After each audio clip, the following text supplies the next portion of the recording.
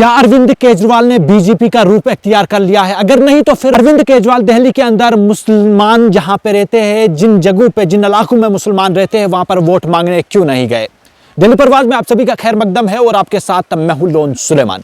दिल्ली चुनाव में कुछ घंटे बाकी है, उसके बाद वोटिंग शुरू होने जा रही है, लेकिन इससे पहले हम आपको बताएंगे कि दिल्ली के अंदर जो रैलियां की गई, पॉलिटिकल रैलियां की गई, उसमें हमने देखा आम आदमी पार्टी के सरबराह अरविंद केजरीवाल हर जगह पे वोट मांगने गए, लेकिन कुछ मुस्लिम जो है जहां पे मुसलमान रहते हैं, कुछ मुस्लिम इलाकों को छोड़कर अरविंद केजरीवाल हर जगह पे वोट मांगने गए। क्या अरविंद केजरीवाल को मुसलमानों के वोट की जरूरत नहीं? आखिर क्यों अरविंद केजरीवाल वही सियासत कर रहे हैं जो बीजेपी कर रही थी? जिस तरीके से बीजेपी मुसलमान इलाकों में वोट मांगने नहीं जाती है, वैसे ही अरविंद केजरीवाल ने इस बार वही किया। दिल्ली के अंदर जहां पे भी मुसलमान इलाके है, मुस्लिम इलाके है, वहां पर अरविंद केजरीवाल जो है वोट मांगने नहीं गए। क्या अरविंद केजरीवाल ने भी अब बीजेपी की सियासत शुरू कर दी है?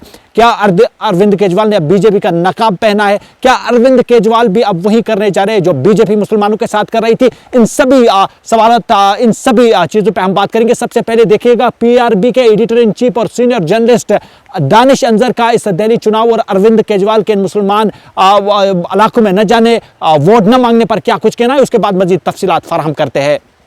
दोस्तों, दिल्ली में वोटिंग के कुछ घंटे बच गए हैं। जो दिल्ली वाले हैं उनसे मेरी वीडियोस जरूर शेयर कर दें। अरविंद केजरीवाल जो है कोई भी मुस्लिम बहुल इलाके में वोट मांगने नहीं आए इस चुनाव में।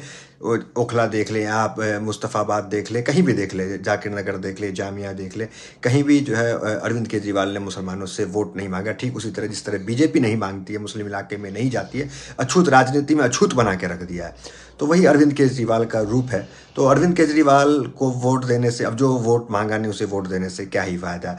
बच्चे, माँ भी जब बच्चे रोते हैं तब जाकर के दूध पिलाती है। तो अरविंद केजरीवाल आपको राजनीति में अछूत समझ रहे हैं और इनके आने से ना आने से भी मुसलमानों को ज़्यादा कोई फायदा नहीं है, क्योंकि जब मुसलमानों पे जुल्म होता है दिल्ली में तो ये कहते हैं पुलिस हमारे साथ नहीं है, पलड़ा झाड़ लेते हैं। तो जिस तरह से ये अछूत बना रहे हैं, तो ये एक तरह से सांप है जिसे आप जितना ताकत देंगे 5 तारीख को, तो फिर ये आगे डसने का काम करेंगे। बाकी नई नई बात क्या बताएं आपको, किस तरीके से कोरोना काल में इन्होंने किया, किस तरीके से गुजरात के चुनाव में इन्होंने जो मुस्लिमों के साथ जो रेप हुआ उसके कांड के आरोपी को छोड़ा गया है ना, बिल्किस बानो की, तो वो सब जग जाहिर है, कोई छुपा नहीं है। तो उनसे ज़रूर शेयर करें कि क्या दिल्ली के लोग उनको वोट देंगे जो उनसे वोट ही मांगने नहीं आए। आप देख लीजिए 200 से ज़्यादा रैली अरविंद केजरीवाल ने दिल्ली में की है, एक भी रैली मुस्लिम इलाकों में नहीं की है।